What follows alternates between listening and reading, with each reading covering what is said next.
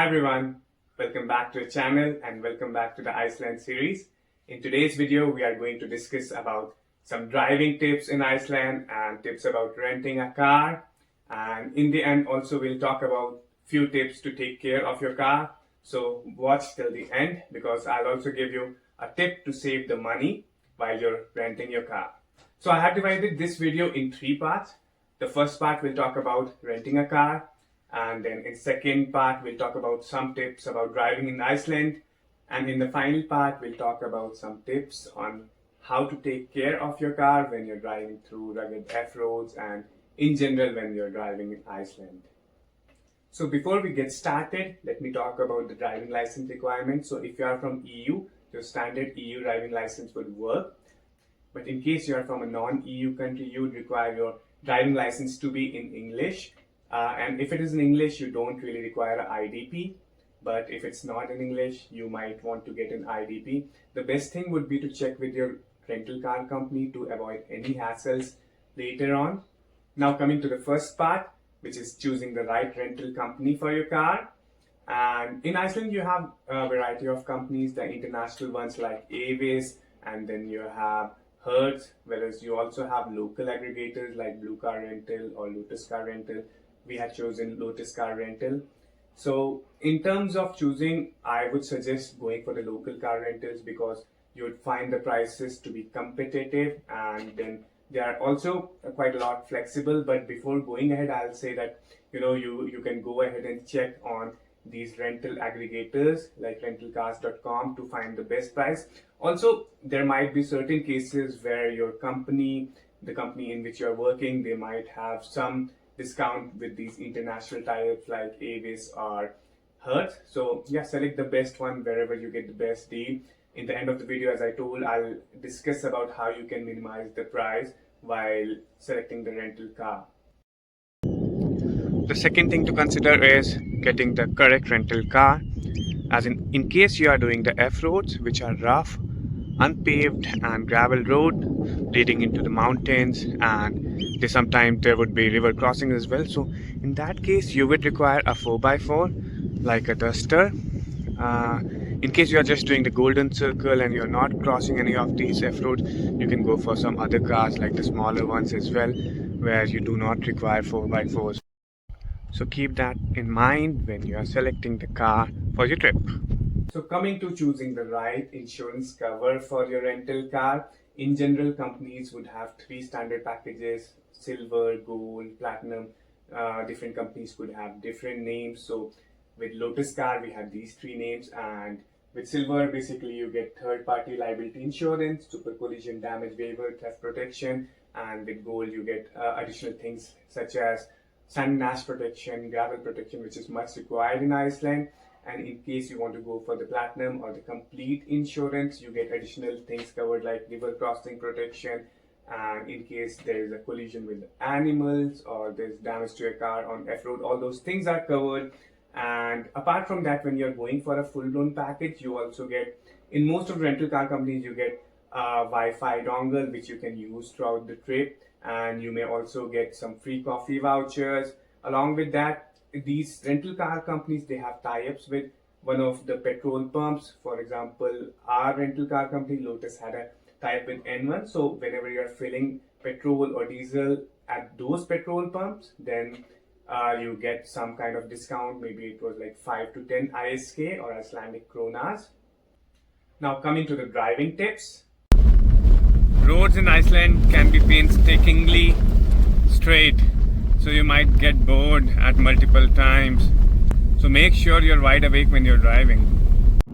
So one more thing to keep in mind is that the speed limits are very strict in Iceland. So unless and until you don't want to pay a hefty fine, you should use the speed limiter option in the car, wherein you can actually limit the speed so that you don't go overboard that speed.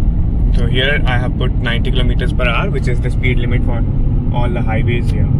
So yeah, that's it. While driving in Iceland, always stay alert for sheep crossing the roads, especially in rural areas.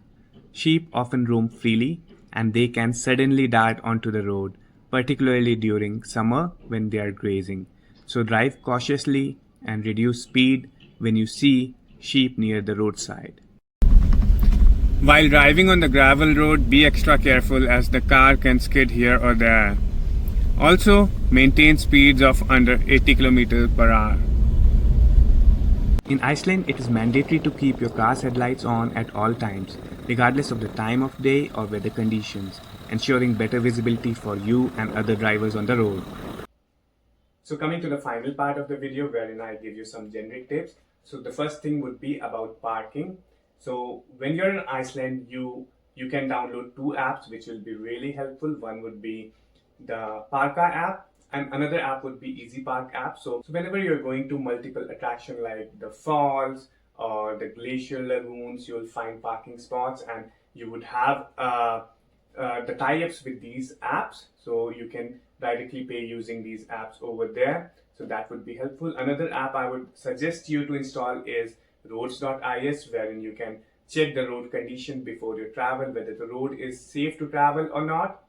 Also, I would suggest you to check the weather on Verdur app before you travel, so you get the hang of whether it's going to rain or it might snow or whatever, so you are prepared accordingly.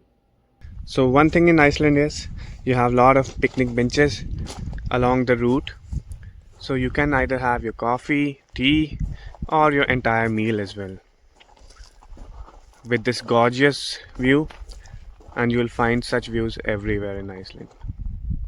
Another tip would be to check for gas station before you travel where they are located, because distances could be long in Iceland and you might not find the gas stations at every 100 kilometers. Sometimes you'll have to travel 200 kilometers and you may run out of gas in case you're not taking that into account.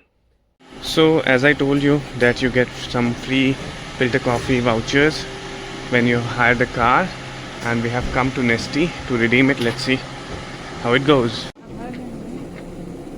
So we were able to redeem it for a couple of free coffees and just one coupon used. So you can come to Nesti with these coupons that you get while you're renting a car and redeem them.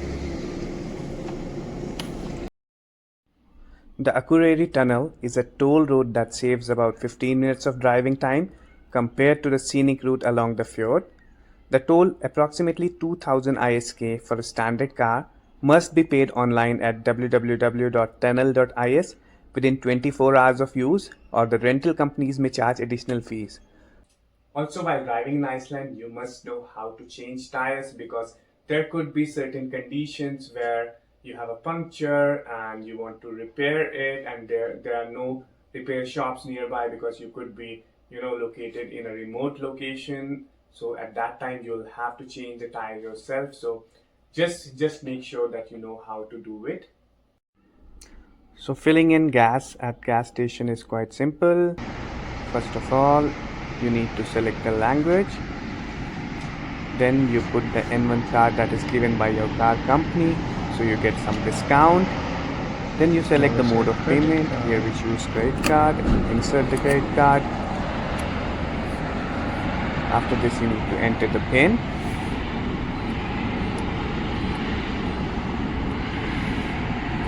And then select the amount. When you select full tank, the station may pre-authorize a large amount in your card, even if you only refuel a fraction of that. While unused amount is refunded, it may take several days in some cases, which could be inconvenient. So pre-selecting a specific amount like 5,000 or 10,000 ISK gives you better control over your spending. So while driving in Iceland, because the weather keeps on changing a lot, it might rain and your car might end up getting really dirty. So in that case, you can find a lot of petrol pumps where you have cleaning services available. Basically, it will be self-cleaning, so you can check that out. We had cleaned the car yesterday, and today look at the conditions. So on N1 gas stations, you'll find self-service cleaning facilities as well. Not in all the N1 stations, but in quite a few. You can look them up the map. And the Iceland government has provided this for people, because the cars generally here tend to get so dirty. Ours got like really muddy and stuff. Plus there was a lot of poop because we were staying at a farm. So now it's looking really fresh and nice and clean. You can utilize this as well. Just come in here. You can see that there is a brush connected to water. Just switch it on like Mayu is doing right now.